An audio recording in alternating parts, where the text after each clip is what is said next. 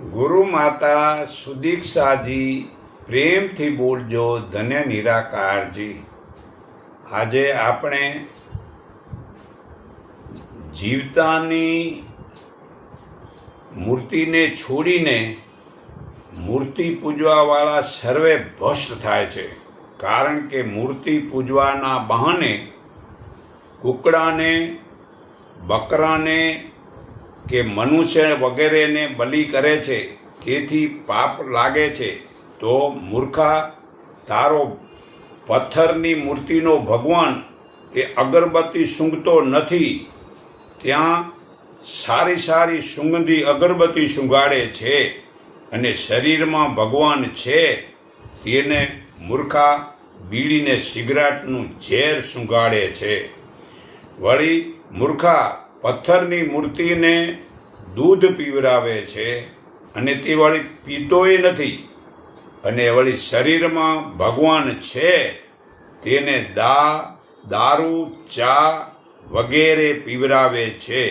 વળી મૂર્ખા પથ્થરનો ભગવાન જે ખાતો જ નથી, તેને 56 કોટીના મેવા મીઠાઈ ધરાવે છે, ને આ શરીરમાં ભગવાન છે તેને મૂર્ખા માવા, મસાલા ને ગુટકા, તમાકુ ખવડાવે છે।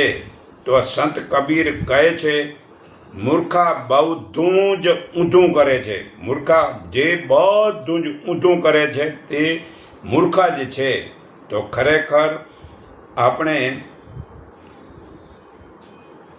સહજ તત્વનો વિચાર ઉત્તમ છે, શાસ્ત્રનો વિચાર મધ્યમ છે, મંત્રોની સાધના પાપ છે અને તીર્થોમાં ફરવું પાપમાં પાપ છે।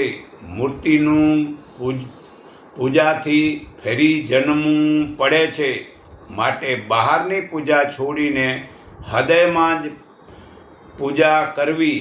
આ મૈત્રી ઉપનિષદ પાના નંબર 67માં પુરાવો છે।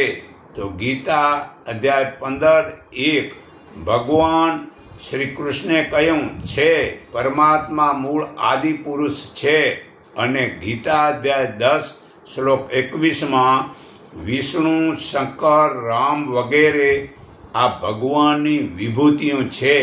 તો તે વિભૂતિઓને ભગવાન માનશું તો એક સંગઠીન કેવી રીતે થશો? થોડુંક તો વિચારો।